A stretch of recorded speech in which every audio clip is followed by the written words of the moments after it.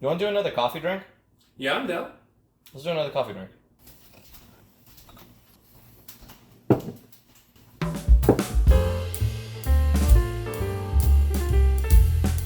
If you've been anywhere near a bar over the past year or so, you've seen that espresso martinis are everywhere. We're not immune. We have our own espresso martini video out. Check out that link below. But the espresso martini is not actually the only coffee and alcohol mixed drink. You're probably familiar with an Irish coffee, and we'll probably do a video on that sometime soon. In Italy, there's a tradition of something called the caffè corretto, so that would be traditionally coffee with brandy, maybe something else.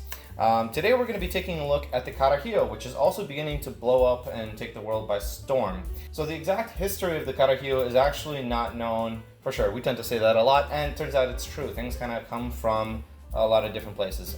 The combination of coffee and rum is certainly not new. It's centuries old. It goes back to Spain, and then it goes into the Caribbean for obvious historical reasons. The name of the Carajillo also itself is a bit of a debate. Normally, the most common history you'll see is that it comes from the word coraje, or courage. So the idea was that sailors and other working men were combining espresso with rum, and this would obviously produce a very potent combination, and this would give them the courage, the coraje, to go about their difficult lives. That's a possible explanation. It's also been suggested that it comes from Carajillo, which I understand is basically saying in a hurry. So in Mexico or in Cuba, it would be a drink that could be made very quickly, and so it would be Carajillo, make it quickly for me. But the explanation I prefer personally is that it comes from carajo, which I'm not going to define here, but Spanish speakers will know is something that you might shout after you have such a potent drink. Regardless of where the name comes from, the modern idea of a Carajillo could not have arisen any earlier than 1946. Because in 1946, this product right here was released. So this is something called Licor 43, or Licor 43. It's called that because it is allegedly made with 43 different herbs and botanicals. I'm not going to argue with them on that. The main flavor, if you've never had it before, the main flavor that I get personally is sarsaparilla, which is kind of the flavor in root beer. So it's sweet and it's alcoholic, but not too much. So a Carajillo really is just a one-to-one mix of that and espresso or other similar strong coffee. That's really kind of what it is. There's two ways that happens normally. It can be shaken, so you can combine them by shaking, and that produces an effect kind of similar to an espresso martini, actually. That's totally valid. The other way that you might see it, which I think is probably a little more common, is something called puesto, and that just means that it's layered. So in a small rocks glass, you will see your Licor 43, and then on top of that, your espresso, and then it's up to the drinker to actually combine them, stir them together. Either way is completely fine. We're going to take the layered method here today, and we're going to add one or two things. So sometimes some bars will take this concept and add a little bit of rum, again going back to the history.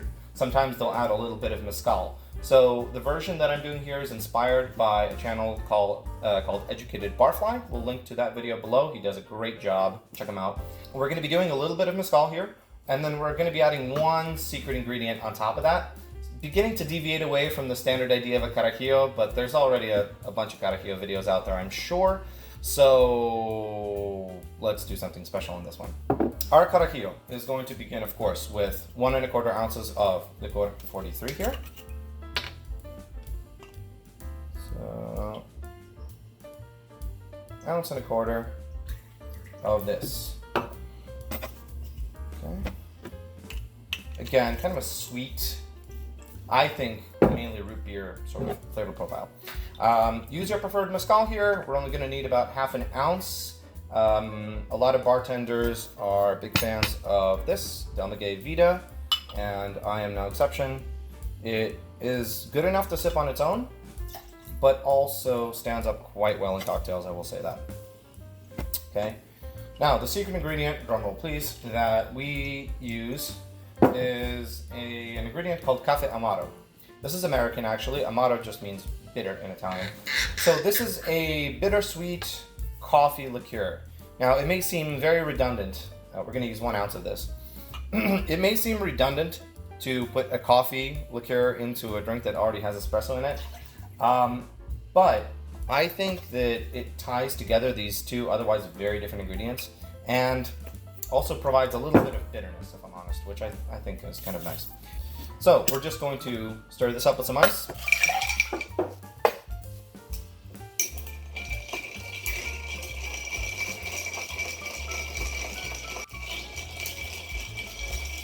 And we'll put this into our glass with a little bit of this ice cube in there. Let's put that in there.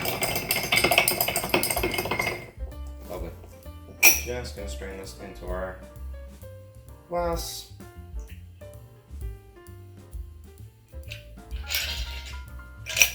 And now we're just going to layer our espresso on top of that. Now, if you don't have an espresso machine, don't worry about it. It's perfectly fine to use some strong coffee like this. This is just, of course, a mocha pot, and this is fine. So you can pour it straight onto the ice or use a spoon. I think it's a little easier to layer it when you use a spoon like this.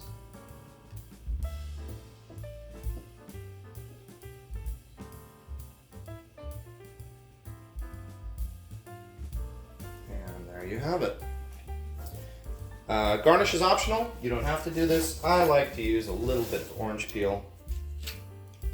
Just peel a little bit of orange, and you can just express that over the top, just for a little bit of extra fragrance.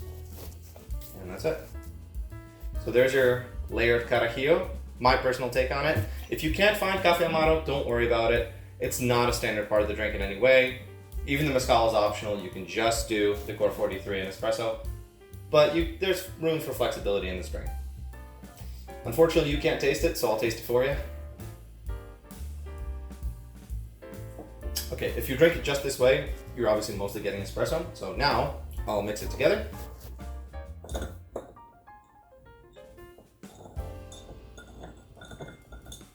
All right. Now that it's integrated, let's give it another go.